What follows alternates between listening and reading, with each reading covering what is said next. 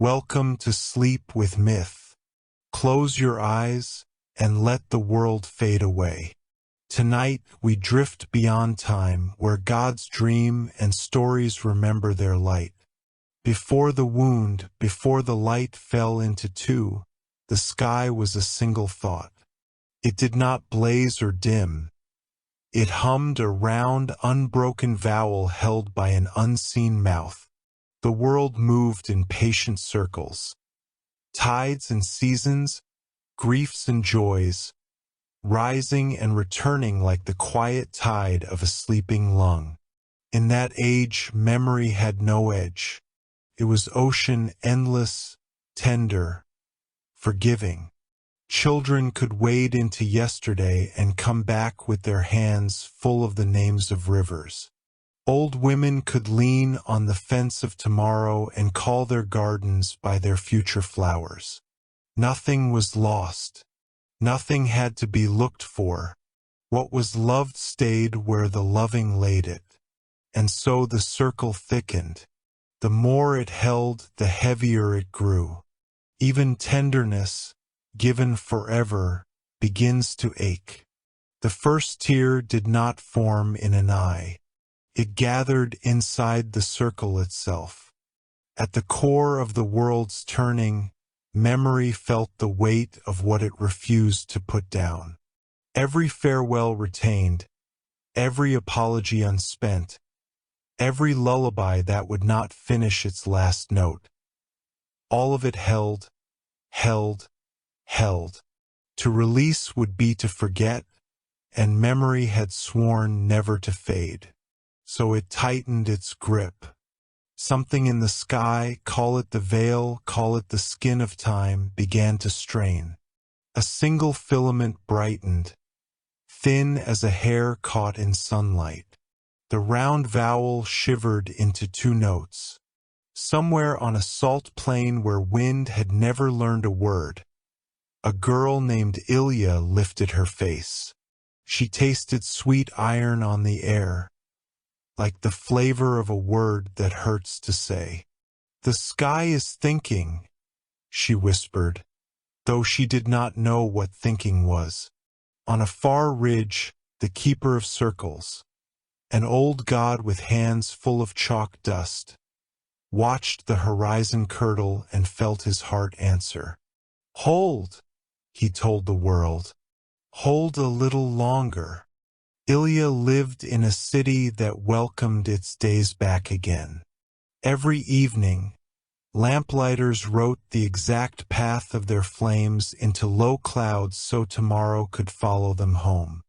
Mothers braided their children's hair with reminders, tiny knots tied to future laughter.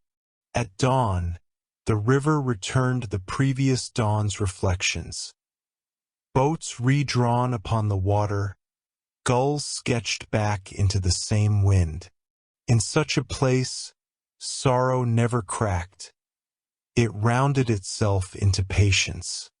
Graves were stones that sang the names they sheltered. Weddings employed the same flowers every year. The blossoms remembered how to bloom for the same vows. No one feared an ending. Endings went in circles too. Only Ilya, who stood often on the plain with her hands full of unspilled rain, felt a thin, invisible pull between her ribs. It was not sadness. It was not joy. It was the ache of a bowstring before a song. The keeper of circles found Ilya there and sat beside her in the dust. His cloak smelled of chalk and cedars. The rings tattooed around his wrists pulsed like mild tides. "You hear what the world won't say," he told her. "What is it saying? That forever is heavy." He smiled, not unkindly. "And that kindness carried too long becomes fence instead of arm." Ilya looked up. "Can fences be kind? They can keep wolves out." His eyes softened. "But they can keep dawn out as well." He traced a circle in the dust, then another outside it, then a line that crossed both like a falling hair. If a tear comes, it will not be anger. It will be mercy learning a new shape. That night the city gathered in the square as always. The bell chimed. The circle turned. Children recited the names of tomorrow's weather. And then a pause small as a bird closing one eye. A voice rose from the east road. Cracked, lovely, exhausted. Then another from the northern gate. Another from the river stairs. Goodbyes, all of them. Not bitter, just unfinished. They hovered like lanterns that refused to rise. The keepers of liturgy, who were responsible for smoothing the world's edges, moved to fold the voices back into their lines, but they would not fold. The goodbyes gathered at the square's center, climbed the air like gentlest smoke, and pressed their foreheads to the round vowel of the sky. Something gave.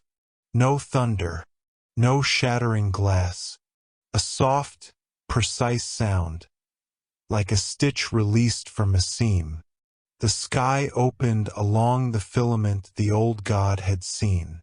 Light did not spill. It divided, half warmed, half cooled, half sang brighter, half sang low. Two notes where one had been, and between them, a new silence, precise as a blade and merciful as a bed. Everything paused. Birds held their wings mid-beat and felt, for the first time, an interior wind. Rivers remembered the sea and forgot it in the same inhalation. Ilya's hands opened. The unspilled rain fell upward. The city stood with mouths ajar like doorways that had mislaid their keys. Someone whispered, "We are not lost."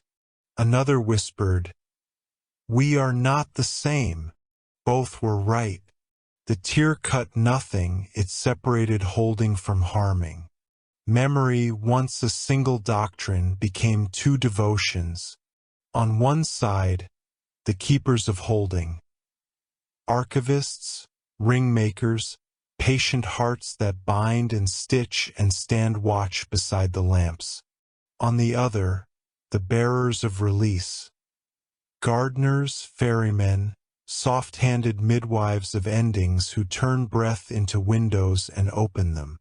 Between them stood a road that had not existed an hour before. It did not lead forward or backward. It led through. The old God smiled. "Cycles need doors," he said. He pressed the chalky rim of his thumb into the dust and made a small open circle, a door without a wall. The city argued, of course. All families do when love learns two dialects. Some would weave tighter. Some would let go with ceremony, with good bread and warm cups. The arguments were kind, then less kind, then tired. Ilya did not argue. She walked the new road. It rose from the square and crossed the salt plain where wind still held its tongue. Along the way she passed the choir of unfinished goodbyes, now sitting calmly in the ditch like travelers who had finally found their station. They nodded to her as if admitting that the answer had never been an anthem, only a door. At the road's first mile a figure waited beneath a frame of plain wood. Not gate, not arch, simply four pieces asking permission to be threshold. She wore no crown. Her hands were damp with well water. Her eyes were dusk. "I am the one who unknots," she said. "Some call me sister, some call me stranger, some call me blessing." "Are you a god?" Ilya asked. "I am a kindness that the circle forgot." Sister Blessing showed Ilya 2 bowls of water. In this one, she said, I keep names until they shine. In this one, I pour names until they sleep. She tilted a clay pitcher above the first. The water brightened, quick as a smile remembered. She tilted it above the second. The surface dimmed, went still, and reflected anything that leaned close with such courtesy that the viewer forgave themselves for looking away. Which is mercy? Ilya asked. Both. Sister Blessing placed a stone between the bowls. Not heavy, just honest. Which will you carry? Ilya thought of the city's graves that sang, of weddings that reused the same flowers, of a sky that had dared to learn 2 notes. She lifted her hands. Let me carry the stone. When night came, 2 moons rose. One bright with kept lamplight, one soft with rested names. Between them, a silver seam stitched the dark from horizon to horizon. The keeper of circles, standing on the ridge, bowed his chalky head. The city extinguished half its lamps and discovered they could still see. The river returned only the day's reflections. Tomorrow would bring new water, new sketches, unborrowed wings. On the salt plain, Ilya cupped her hands and caught what fell from the seam. Not rain, not light, not ash. It was the gentlest permission, the warmth of being allowed to set something down without losing it. She held it to her chest and felt the ache in her bowstring loosen into song. The tear did not close. It learned to abide. It swam with the seasons, low in spring, high in winter, a silver thought curving across a newly awake mind. From that night forward, memory kept its promise to never fade, but it kept another promise too, to never cage. When lovers parted, the city baked bread, sang old names once, then placed them on Sister Blessing's quiet water and watched them sleep. When children learned their letters, they learned the alphabet of the seam, an art of doors, hinges, thresholds, and the kindness of through. Graves still sang, but softer, so that the living could hear their own breath between the stanzas. And far from the square, on the plain where wind practiced words, Ilya watched both moons lay their hands on the same field. The seed listened to both and decided not to choose. It sprouted with 2 songs in its stem. By morning the world had not ended. It had begun to tell the truth. Shopkeepers opened shutters and noticed space on their shelves that had not been there yesterday. Mothers untied one knot from their children's hair and smiled at those that remained. The bell in the square rang twice. 1 note for keeping, 1 for letting go. Between them, a hush where the city tasted a new kind of courage.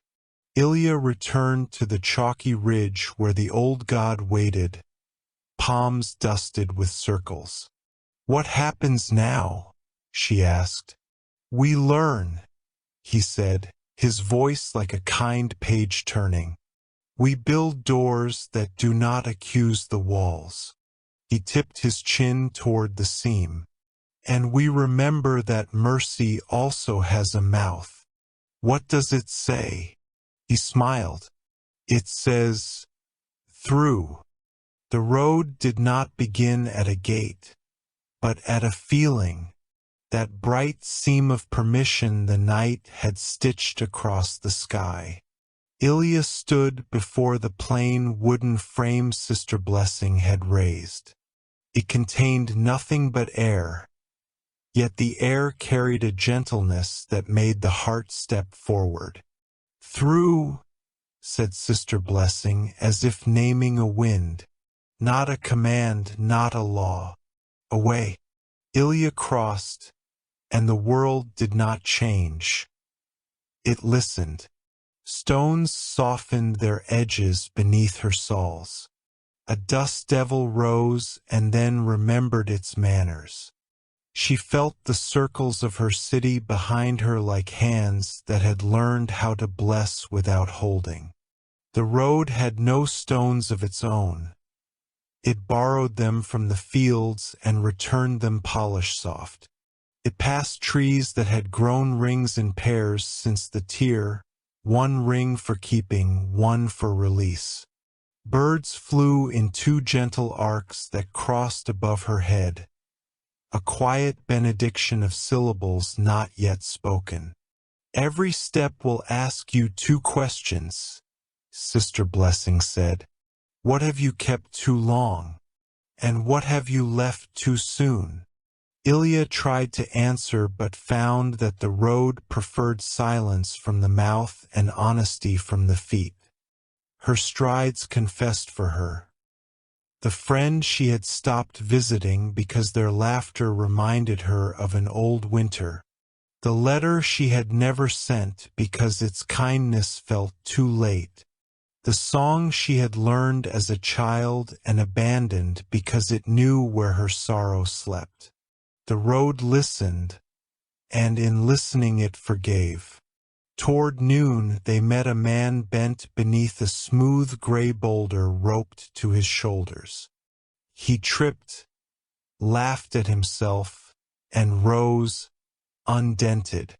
"Name's Tal," he said, as if the sound alone might lend leverage. "This is my brother's last story. He asked me to carry it until I found a place where it wouldn't be lonely." Sister Blessing touched the boulder. Its warmth surprised Ilya. "What do you remember inside it?" she asked. Tal smiled. "Not his death. His way of buttering bread as if saving it from itself." He shifted the ropes. "It grows heavier when I walk alone, lighter when I tell it out loud." "Then tell it," Ilya said. So he did, and as he spoke the boulder shed pebbles. Small, round, good for pockets. Tal pressed one into Ilya's palm. "For when your hands forget softness." The road brightened a shade as they parted. The boulder, now the size of a faithful loaf, rode his shoulder like a companion. Afternoon found them at an orchard that could not decide whether it was wild or kept. Trees leaned together like neighbors repairing a fence neither had time to mend. Each branch bore two fruits. One ripened into sweetness, one into silence. "What place is this?" Ilya asked. "Where apologies ripen," Sister Blessing said. "Some are meant to be eaten, some to be planted." They walked the rows. On one limb hung an apple with a bite already taken. On another, a pear that glowed with unshed words. Ilya reached toward a small plum freckled like a night sky and felt her throat loosen. "To whom?" Sister Blessing asked gently. "To the girl I was," Ilya said. "For not knowing how to set things down." She bit. The fruit tasted like rain learned by memory. Juice slipped down her wrist and closed an old, invisible wound she had mistaken for skin. They buried the seed beneath a tree whose roots threaded the road. "Plant it in yourself, too," Sister Blessing whispered. "Eat and sow." Near evening they arrived at a low house with two doors. Above the left was carved a circle stitched tight. Above the right, the same circle with a small gap like a held breath. A rest house, Sister Blessing said. Travelers dine at one of two tables. Inside, the left room held a long table set with saved things. Recipes remembered by heart, mended linens, candles coaxed from stubs. Here people told stories the same way they had told them last year and will tell them next year, not out of fear, but out of gratitude for a shape that keeps fitting. The right room's table was shorter, its plates mismatched, its vase holding wildflowers that could not be named twice. Here people laid things down. A ring that no longer fit a finger, a letter that had waited long enough, a lock of hair that still remembered the weight of a child's head. Ilya ate at both tables. She drank a clear soup that tasted like winter's last patience. She set upon the other table a ribbon she had worn the year her father left and felt, in her chest, a small clap of relief, as if a door she had never seen had just been opened for air. Both rooms are mercy, Sister Blessing said as they stepped back onto the dusk-warmed road. Some nights require the memory of bread. Some require the courage of empty plates. Dusk found them at a riverbed empty as a clean page. A boat rested in the dust, its oars braced not for water but for listening. The ferryman lifted his hat. Crossing? To where? Ilya asked, peering at the opposite bank, which looked exactly like their own. Across? The ferryman said, as if that were answer enough. Payment is one unasked question. Ilya considered the many questions she had asked out loud in safer places. She chose instead the one she had never dared to voice. What if I love something that is finished? The ferryman nodded, satisfied. Then you love it truly. Dust rose like mist as he pushed them forward. They did not move, and yet the opposite bank arrived. As Ilya stepped out, she felt something small and sharp leave her heel, the thorn of a fear she had carried since childhood. That letting go would mean betrayal. The ferryman saluted. Come back when you have another. Night rose with two moons as it had the evening before, each silvering a different mood of the land. In the dark just beyond the riverbed, voices assembled. Not the unfinished goodbyes of the city, but beginnings that had found the courage to admit they were starting late. I am learning to read at 43. I am planting roses where I thought only thorns could live. I am saying yes to laughter that sounds like my mother's and does not cut. The choir had no conductor, no downbeat. Each voice entered when it trusted its own breath. Sister Blessing listened with her head tilted as if to catch rain. Ilya felt the stone between the bowls in her hands grow lighter, not because it was leaving, but because others were carrying their own. Near midnight, the road climbed a ridge where the tier ran closer to the ground. Here, the seam looked like a spine, vertebrae of soft light stitched through the dark. Ilya reached toward it, not to repair it, but to greet. Heat and cool met her hand like a handshake between past and future. What are you? She whispered to the seam. A wind moved, not across her face, but through a room inside her she had kept locked. I am the breath between held and released, the wind said. Call me enough. Ilya pressed her palm flat to the light and felt the bowstring inside her loosen another measure. Her heart did not race. It kept time with a music older than drums. By dawn they reached a market that opened only when the seam ran low in the sky. No coin changed hands. People traded weights. A woman exchanged the silence she had learned from unkindness for the silence she owed to listening. A mason traded a stone he could not place for a story he could. A child offered a jar of mothlight, summers he had refused to forget, and received in return a little wind for autumn windows. Ilya offered the ribbon of the previous evening's table and received a small brass key with no teeth. "What does it open?" she asked the keeper. "Not a lock," the keeper said. "A habit." Sister Blessing tucked the key into Ilya's palm.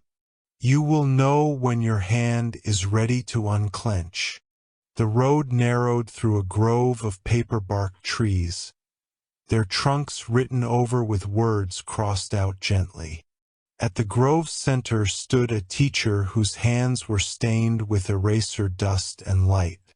"I teach unlearning," they said, bowing as if apologizing to the ground for standing on it. "What is the first lesson?" Ilya asked. "That we are not abandoning what we release," the teacher answered. "We are returning it to the part of the world built to carry it without breaking." They showed Ilya a slate with 2 columns. On the left, things to keep, kindness, craft, the names that still fit. On the right, things to return, roles that pinched, debts that had been paid, the discipline of suffering. Ilya wrote 1 word in the right-hand column, permission. The teacher smiled. Now it can give itself. By afternoon they reached a ravine that refused all the old bridges. Planks rotted. Ropes split without malice. Names of saints and storms faded from carved stones. "Some crossings prefer trust," Sister Blessing said. "What do I do?" Ilya asked. "Call it." Ilya breathed in and said, "Through." A simple beam appeared, not before, not after, but with the sound itself. She stepped onto it and did not fall. She did not tremble. Halfway across she paused and looked down. In the shadowed air beneath, she saw reflections of rooms she had left, softened by distance. No accusation, only gratitude for having been. On the other side, the beam dissolved into pollen. The ravine folded its echo and rested. Evening approached again. The seam in the sky glowed like a harp string after the note. Sister Blessing led Ilya to a hill where grasses bowed as if for a kind of prayer that did not require words. "This bend," Sister Blessing said, "is where most travelers turn back." Why? Because they mistake gentleness for emptiness. They miss the weight that kindness can carry. "I won't turn. I know." Sister Blessing's dust-colored eyes warmed. "You carry a stone that has learned to sing." They descended toward the plain. Behind them, the wooden frame remained upright on the ridge, but Ilya felt its shape traveling with her. Not an object, but a posture. "What happens at the end of this road?" she asked. "There are no ends here," Sister Blessing said. "Only places where through becomes habit." Ilya pictured her city. 2 moons, 2 tables, a bell with 2 notes and a hush between them. She pictured the ferryman on his dry river, the orchard where her apology had tasted like rain, the market where weights were traded until hands remembered how to open. "I want to bring the road with me," she said. "You will," Sister Blessing answered. Every time you choose to pass instead of possess. They stopped where the first mile marker of the new road had been raised. A simple stone with a circle cut into it, not all the way through, leaving a crescent of connection. Ilya set her palms against the stone and closed her eyes. I vow, she said, to remember that love does not require cages. I vow, she said, to keep what lives by being kept. I vow, she said, to release what lives by being released. The seam pulsed once in answer, like a hand squeezing back. Sister Blessing turned toward the city. Tomorrow, she said, we will meet those who fear the tear and call it loss. You will teach them the word you learned today. Through, Ilya said. The road shone, then softened into evening. 2 moons lifted. Between them, the silver seam hummed like a lullaby that had learned a second verse. The stone in Ilya's hands sang along, quiet, bright, unafraid. When Ilya and Sister Blessing reached the city, it was quieter than before, not in grief, but in confusion. The 2 moons still hung above it, one bright with the light of holding, the other soft with the calm of release. Between them, the tear shimmered faintly, its silver seam cutting through the sky like a slow breath between words. The people had changed. Some still tied knots into their children's hair. Others left them loose. Some wrote their days in circles. Others began to write in lines. There was no anger, only hesitation. The ache of a hand learning a new way to give. Ilya stepped into the square where the bell had always rung twice. Once for keeping, once for letting go. But now, a third sound lingered. Silence, patient and waiting. The city's walls had begun to hum, not from wind or prayer, but from the stories trapped inside their stones. Each wall had once been a diary, written by those who built them. Small memories pressed into clay, laughter buried between layers of brick. Now those walls wanted to breathe. Hairline cracks formed not from decay, but from yearning. Through them came the scent of wild mint and new air. Sister Blessing smiled. Even walls tire of being unlistened to. The masons tried to patch the cracks, but every patch crumbled in the same pattern. A soft curve like the letter O, as if the city itself were trying to pronounce through. By morning, the children of the city had invented a new game. They ran through the streets with cups and jars, chasing breezes that slipped through the reopened windows. When they caught one, they sealed it tight and held it to their ears. What does it say? Ilya asked a boy with freckles the color of candle ash. He grinned. It sounds like when my mother stops talking just before she forgives me. They called the game listening to what comes after. Even the adults began to play. But not everyone welcomed the change.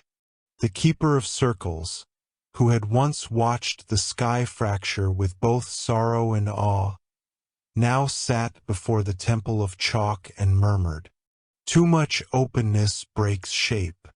He drew 100 circles in the dust. None of them closed. "Look," he told the masons, "even geometry is weeping." When Ilya approached, he did not look up. "You open the sky," he said. "Will you open the ground next?" "If it needs to breathe," she answered gently. He sighed. "Forever held the world together. Then let kindness take its place," she replied. and something in his shoulders, old as the first ritual, patient as the stones themselves, unclenched. In the oldest quarter of the city stood a house built entirely of shutters. Its windows were eyes that had forgotten how to open. Generations had sealed them with prayers to preserve the view of a sky that no longer existed. Ilya placed her hand on one shutter and whispered, "You are allowed to change what you see." The latch gave way with a sigh. Light poured in, not blinding, just new. Dust motes danced like memories trying out laughter again. One by one, the neighbors followed. By dusk, the whole street was breathing again. Rooms aired out, walls soft with warmth, children's cups full of new wind. The house became known as the place where light knocks gently. In the heart of the city stood the old library, a labyrinth of shelves and scrolls. Every book had been written to completion, each story a perfect circle. Now, however, something strange was happening. New pages appeared at the ends of the books, blank ones, crisp and waiting. Scholars panicked. "Someone is stealing endings," they cried. Ilya laughed softly.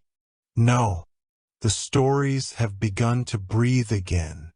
She wrote on one of the new pages, "Even perfection must rest."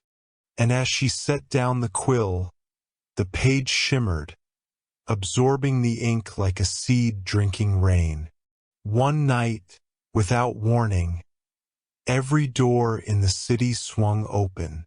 No wind, no command, just the sigh of hinges that had waited too long.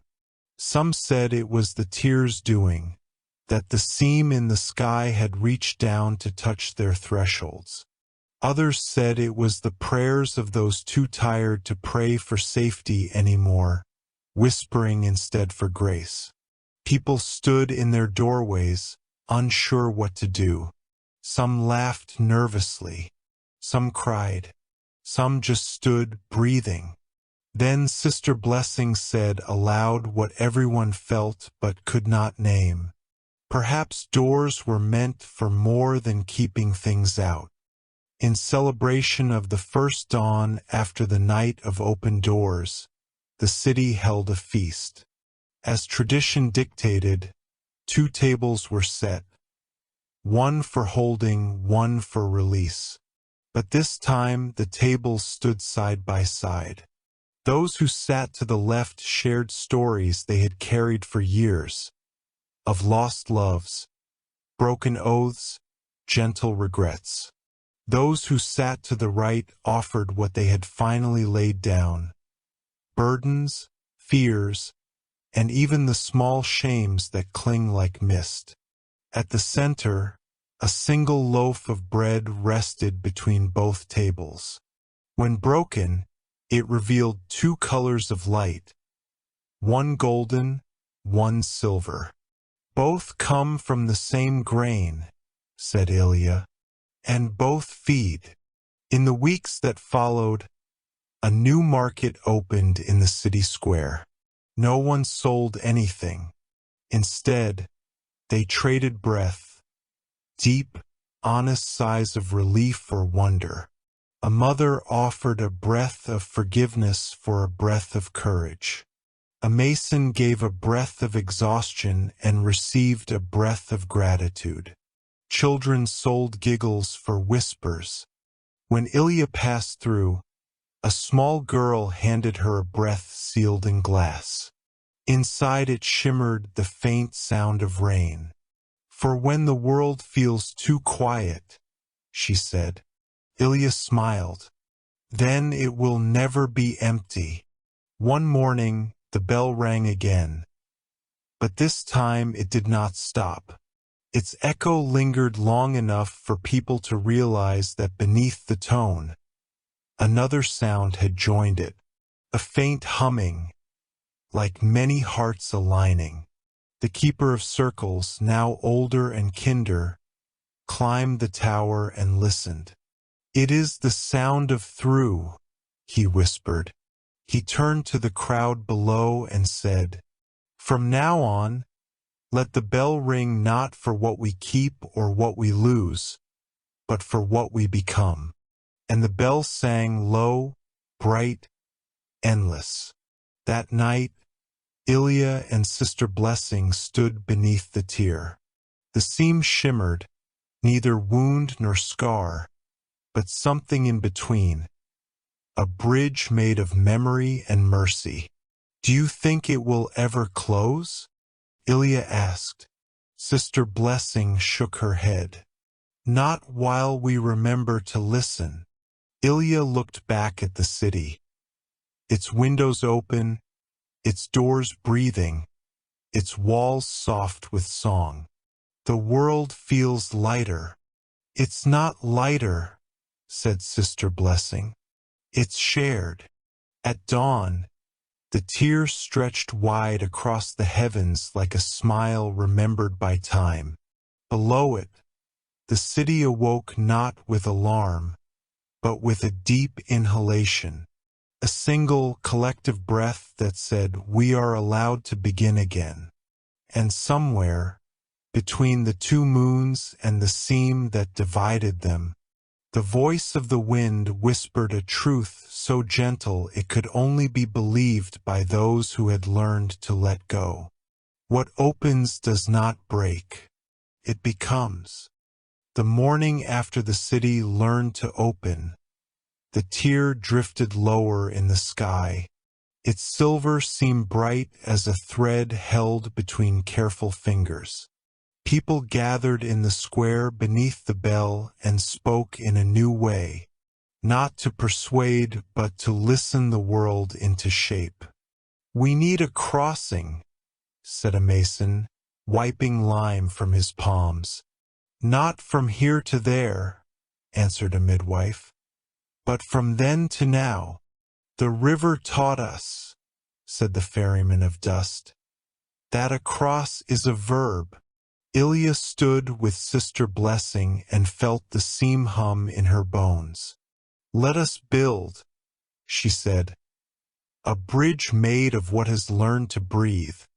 No carts of stone arrived. No timber was felled.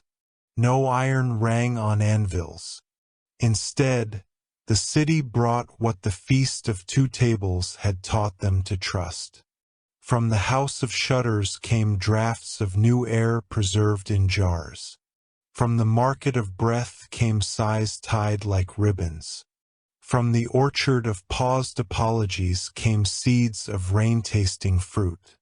From the library came pages left intentionally blank, crisp and patient. From the masons came cracks curved softly as the letter O kept not as failures, but as forms. Sister Blessing smiled. "Bridges collapse when built from certainty alone. Let us use what knows how to bend." They chose the ridge where the seam bowed nearest the earth. There, under two moons, the people stood shoulder to shoulder and did nothing. Not idleness, listening. On Ilya's count, the city exhaled together. The breath rose, joined, and wove itself into a pale arch. Not mist, not rope, but a fabric made of pauses that had learned to be kind. Children cheered. Elders closed their eyes. The arch did not glitter. It warmed. Birds perched upon it as if greeting a friend who had never stopped arriving. "What will hold it?" a potter asked. "Hands," said Ilya, "that have built tenderness into habit." They raised two pillars, each notched with many touches. On the western bank, the pillar remembered those who keep, the ring-makers, candle-tenders, ledgers with gentle margins. On the eastern, the pillar remembered those who release, gardeners of endings, ferrymen of dry rivers, midwives who teach goodbyes to breathe. People pressed their palms to the pillars. The stone did not harden. It learned their warmth. Lines of memory sank into it like veins into leaf. Crossings cost questions, the ferryman said, setting his skiff upon the dust beneath the rising arch. But this bridge will not ask for coin. It will ask for a measure. What measure? Say out loud one thing you thought you had to carry alone. A woman with flour on her wrists stepped forward. My father's silence. It taught me to speak too loudly. A boy with chalk on his fingers followed. My fear of being kind when no one is watching. Each confession moved through the bridge like a small bell struck lightly. With every ring, the arch brightened, not whiter but nearer. The keeper of circles approached, slow as a prayer that does not want to rush. He held the chalk that once drew only perfect loops.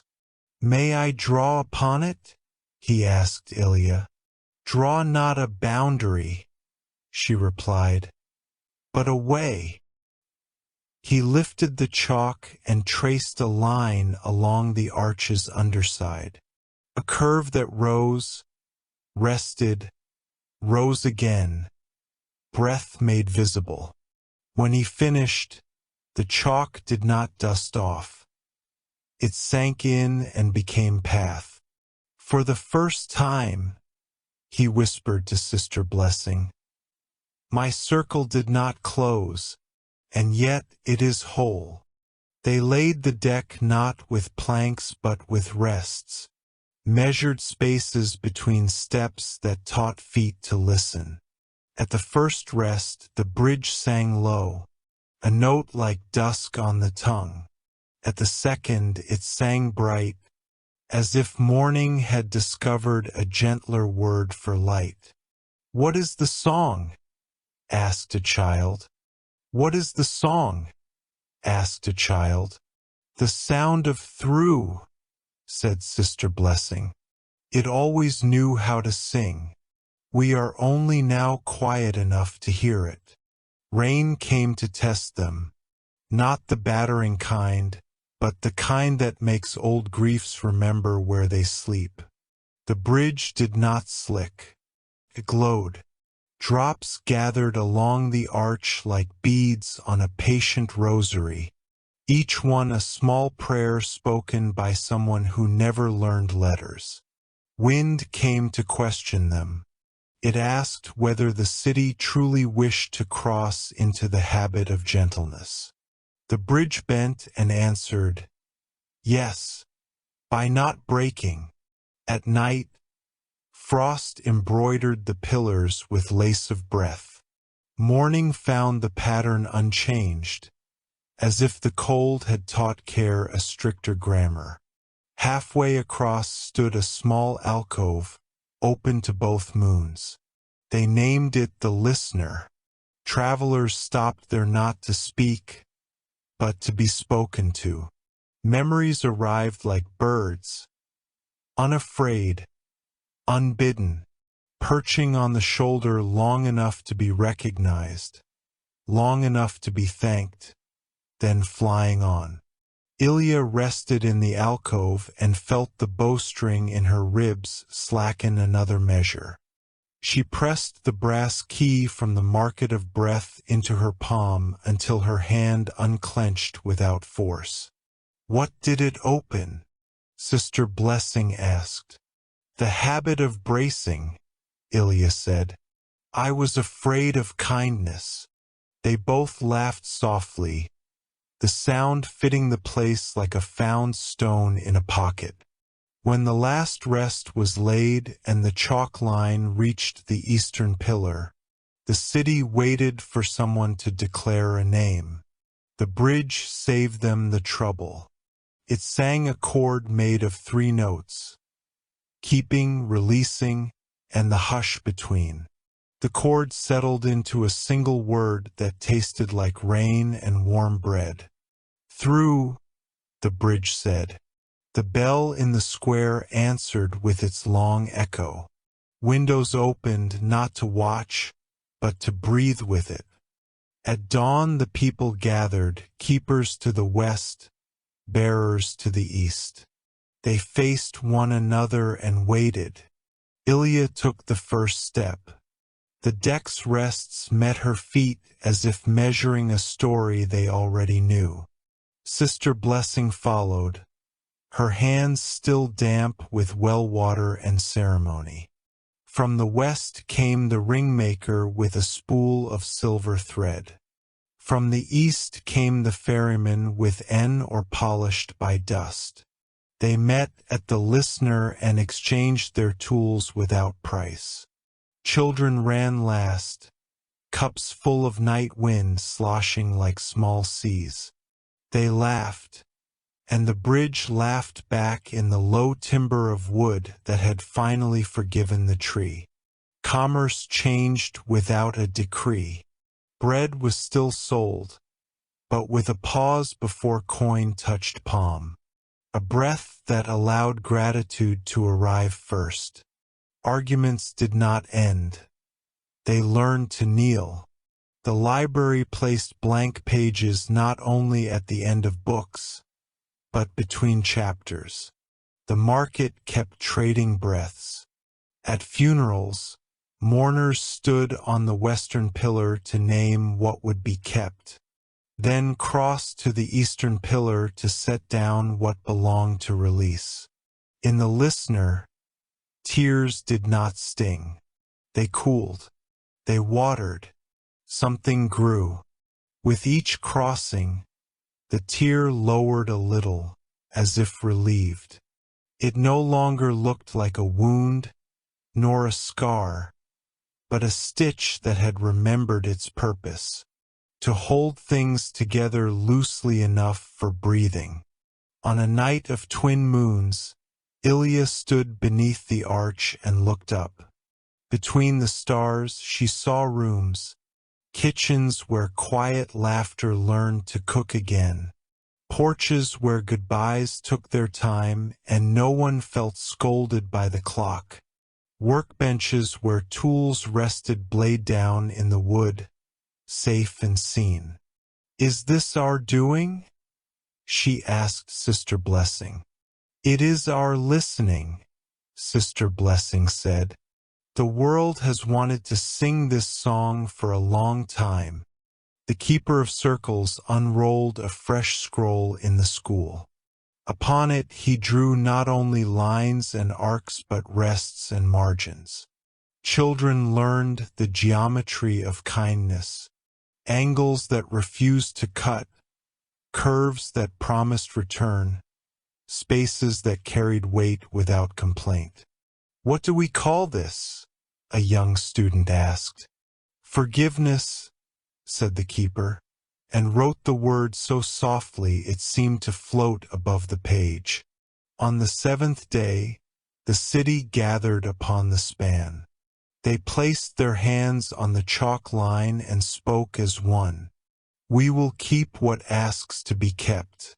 We will release what asks to be free. We will walk between together." The bridge sang back a final time. It did not swell. It did not blaze. It sounded, instead, like a lullaby learned at last by the one who needed it most, the city itself. After that day, no one spoke of the bridge as a marvel. It became ordinary the way sunrise is ordinary, astonishing precisely because it learns to arrive without being demanded. Travelers crossed at dusk just to hear the arch hum. Lovers met at the listener to trade breaths sealed in glass.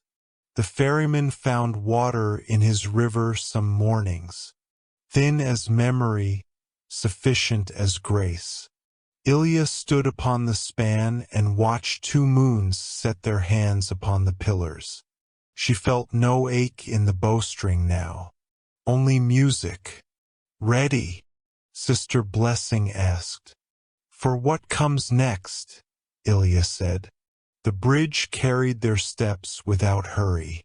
Below, the city breathed. Above, the seam bowed like a benediction. Between, the song kept singing, made of silence and hands and all that had learned, that what opens does not break. When the bridge settled into the habit of song, and the tear bowed lower in the sky, the city did something it had never done before. It rested, not from fatigue, but from fullness. There was a silence so tender that even the bell refused to interrupt it. Yet, with rest came the question that always follows healing. What now do we do with what remains? The people had learned to open, to cross, to listen. But as they lived within this new rhythm, they began to feel a strange heaviness. Not sorrow, not burden, but the simple weight of meaning. The bakers said their loaves felt denser, as though gratitude itself had entered the dough. The masons claimed the stones were easier to lift, yet harder to put down. Even the children, running through the streets with jars of wind, felt the invisible gravity of having grown gentle. It was Sister Blessing who first named it. "This is the weight of kindness," she said, "and it too needs a law." At dawn, a bell that had not rung in generations sounded once. Its tones summoned the city to the square, where a great circle of scales stood waiting. Each was different. Some carved of wood, others woven from thread, one sculpted entirely from glass. They were not instruments of justice. The city had long abandoned punishment, but instruments of wonder. Ilya stepped forward and placed a single petal from the silent garden upon the first scale. The petal sank slightly, but not enough to tip. "It seems," said the keeper of circles, "that even beauty carries weight." Then Sister Blessing placed a tear upon the opposite side. Not a new one, but one she had saved from the night the sky first fractured. The scale balanced. A hush moved through the crowd. The law of gentle weights was born that day, not written but witnessed. They agreed that every act, thought, and memory carries a weight. But not all weight needs to be lightened. In the new law, heaviness was sacred. It meant something had mattered deeply. "When we drop what we love too quickly," said the keeper, "the ground forgets how to remember." "So," added Sister Blessing, "let falling become teaching."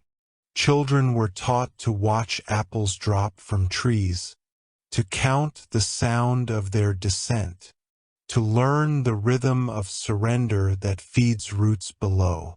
Falling became prayer, and the world grew softer from so much learning. One night, Ilya heard music coming from the listener at the center of the bridge. When she arrived, she found a small group of travelers, each carrying something unseen. A grief, a secret, a half-forgiven memory. They placed their hands upon the chalk line and closed their eyes. As they breathed, the bridge hummed beneath them. Each burden made its own tone, low for longing, bright for release, trembling for love unspoken. The tones merged, forming a slow, living harmony that rose toward the tear. It was said that from that night forward, no weight was silent. Even grief, when held gently, began to sing. The second law was recorded by the listener itself, carved into the breath of its stones. Every weight must learn to sound. A new kind of healer appeared in the city. They carried no herbs, No ointments, no charms. Only small copper cups and long patience. They would sit beside those who wept and say, "Tell me where it hurts to hold." For every ache, they poured a measure of silence into the cup. When the cup overflowed, they placed it beneath the bridge, where silence would steep into water, and by morning, the river would murmur the name of what had been healed. No one knew where the healers learned this craft. Some said they listened too long to the bridge's song and began to hear the pulse beneath it. Others believed they were the tears the sky refused to waste. It was discovered that shadows also had weight. On the longest night of the year, the city dimmed its lamps and gathered again in the square. Each person stood before their shadow, bowed, and whispered something true. I once envied the unbroken. I feared the kindness I could not repay. I forgot that silence was a kind of love. The shadows shimmered faintly, then folded themselves into smaller shapes, like cloaks worn lightly. The keeper declared, "Only what is faced learns how to stay without crushing." From then on, the night of shadows became a celebration, and the stars looked down like witnesses who had seen a long argument end in peace. One day, a sculptor came from the distant mountains, carrying no chisel, no hammer, only a mirror polished to translucence. He claimed he could weigh light itself. The city, amused but curious, allowed him to try. He placed the mirror upon a scale, then lifted it toward the tear. For a moment, a fragment of its glow touched the glass. The scale trembled, and the sculptor smiled. "Light is the heaviest thing of all," he said, "because it must fall everywhere, even where it is not wanted." That night, the mirror was placed above the listener, where it reflected both moons and the soft silver thread between them. The people began to call it the heart's burden. When the sculptor's words reached the bridge, it responded with another hum, deeper, slower, almost like breathing. Ilya felt the sound in her chest. It was as if the bridge itself had spoken through her. "What we carry carries us." The words spread like dawn through the city. Fathers spoke it to sons, mothers to daughters, friends to those who had forgotten how to be seen. Even the wind began to whisper it between the pillars at night. The third law was written upon the tear itself, though no one saw who carved it. Some said it appeared the moment someone forgave themselves. Each year, the city celebrated the law of gentle weights with a feast where nothing was placed on tables. Instead, everyone carried their food in their hands. Bread, fruit, cups of rainwater. They sat in silence, feeling the pulse of what they held. No one ate until their hands stopped trembling. When they finally began, every bite was taken slowly with reverence, as if eating were an act of gratitude, not hunger. Ilya watched from the listener, tears glimmering like seeds in her eyes. "This," she said to Sister Blessing, "is what forever should have meant." Late one night, the keeper wrote the final line of the law. "Balance is not stillness. It is motion remembered kindly." He understood now that the scales were never meant to settle. The world swayed. Hearts tilted. Days leaned into nights. But so long as the movement was gentle, nothing broke. He placed his chalk down beside the pillar and whispered to the air, "Let the law remain unwritten, so it can keep learning." In time, the people forgot who first made the law. They said it came from the seam itself, from the place where the tear had finally learned to shine without dividing. Yet, every so often, when someone said another's name with love, a soft vibration would pass through the bridge, and the listener would hum faintly, as though acknowledging the smallest, sweetest law of all. Nothing that is held gently is ever lost. One night, without warning, the entire city began to hum. Streets, stones, trees, even the air itself.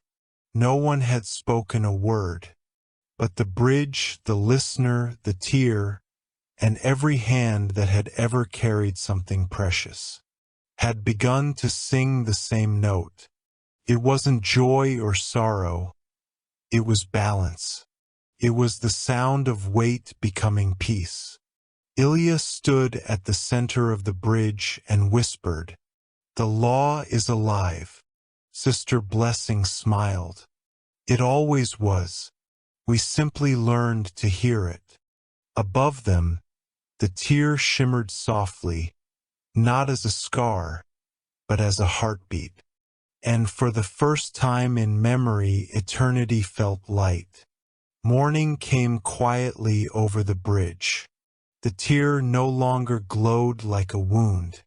It shimmered softly, like breath on glass, something living, not something lost. The people woke slowly, unsure whether they had dreamt the night before. The hum of the law still lingered in their bones, and every step they took left a faint trace of light on the ground, as if even movement remembered the weight it carried. Ilya stood by the listener, hands open, feeling the echo of the bridge's song. "Something has changed," she said. Sister Blessing nodded. "The world has learned to remember without pain." From far beyond the hills came travelers who had once left during the time of fracture. They returned, drawn by a sound they couldn't name, a sound like silence being forgiven. They arrived at dusk, carrying tokens of their exile, half-written prayers, brittle maps, pieces of glass that had once been stars. When they crossed the bridge, the air shimmered around them. Their burdens glowed faintly and dissolved, not into nothingness, but into belonging. One of them, an old woman with hair like ash, looked at the tear and whispered, "I left because I could not remember without breaking." "And now?" asked Ilya. "Now I break beautifully," she said and smiled. A year after the law of gentle weights, the river beneath the bridge began to hum. At first, people thought it was the bridge itself remembering its song. But when they followed the sound, they found something new. A chamber of light had formed beneath the arch, shaped not by stone, but by the echoes of every kindness ever given. The chamber pulsed gently, like a heartbeat under the city. Ilya descended the steps alone. The walls shimmered with faint images. The first tear that fell from the sky, the first hand that learned to open, the first voice that forgave silence. In the center of the chamber stood a pool, perfectly still. She looked into it and saw not her reflection, but every face she had ever loved. For the first time she understood. Memory was never meant to fade, only to find gentler shapes. When Ilya emerged, she gathered the people and spoke softly. "We have learned how to release." We have learned how to carry, but now we must learn how to stay. The keeper of circles looked puzzled. Stay? In what sense? Ilya smiled. To remain with what matters, without turning it into chains. She placed her hand over her heart. Some memories do not wish to leave us. They stay to keep the rhythm of who we are. The fifth and final law was carved into the listener's base. To stay is not to hold. It is to breathe beside. That night, as the moons aligned above the seam, Ilya dreamed of the tear again. But this time it spoke. I have seen you teach the world to open, it said. I have felt the bridge hum with forgiveness, and I have watched the shadows grow gentle. Then why do you still remain? She asked. The tear shimmered. Because I too am a memory, and even eternity needs one. It reached toward her with a thread of light, and she understood that the tear no longer divided anything. Connected. The seam was no longer between worlds. It ran through her, through every heart that had ever dared to remember kindly. The keeper of circles dreamed that night of a vast sky filled with countless small threads, each a line of memory, glowing softly. When one trembled, the others resonated, until the entire sky sang in unison. He awoke with tears in his eyes and said aloud, "Even forgetting must be remembered gently." The next morning, he erased his chalk entirely and replaced it with light dust. "Let the wind be my chalk," he said. And the wind, grateful, began to draw its own soft symbols in the air. Years passed. The city grew quiet again, not from sorrow, but from ease. Children still chased wind. Healers still counted silence. And the listener still hummed whenever someone spoke a name with care. One night, under twin moons, the bridge simply vanished. No one saw it crumble.